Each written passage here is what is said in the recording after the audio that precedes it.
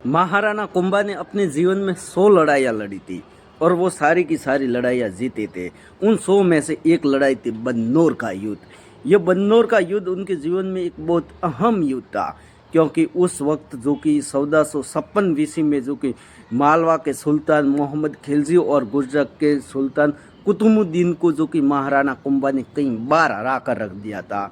कई बार जो कि गुजरात और मालवा की सल्तनतों में अपनी फौज लेकर घुस जाते और वहाँ पर तहस नहस करके आ जाते। अब गुजरात के सुल्तान और मालवा के सुल्तान दोनों महाराणा कुंभा से बहुत परेशान हो गए थे और आखिरकार उन दोनों ने समझौता कर लिया। आपस में समझौता करके अपनी संयुक्त सेना को एकत्रित किया। अब गुजरात की सेना और मालवा की सेना दोनों मिल गई, दोनों बादशाह मिल गए। फिर जो कि मेवाड़ की तरफ अपना भारी लश्कर लेकर बढ़ गई कि अब हम दोनों मिलकर महाराणा कुंभा को हराकर उनके मेवाड़ को तहस नहस कर देंगे। जब ये बात महाराणा कुंभा को पता चले कि गुजरात की और मालवा की दोनों संयुक्त सेना हमारे मेवाड़ की तरफ बढ़ रही, तो महाराणा कुंभा ने अपनी नई रणनीति के तहत मेवाड़ से बहुत बड़ा लश्कर लेकर जो कि उन दोनों फौजों को दबाने के लिए, उनका सामना करने के लिए चित्तौड़ से निकल पड़े।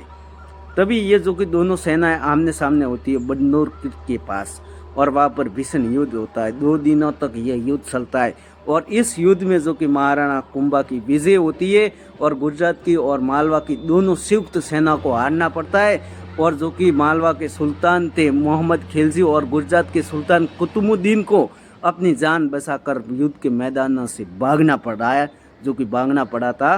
और इस युद्ध के विजय की खुशी में जो कि महाराणा कुंभा ने जो कि चित्तौड़गढ़ में विजय स्तंभ बनाया था, जो आज भी मौजूद है।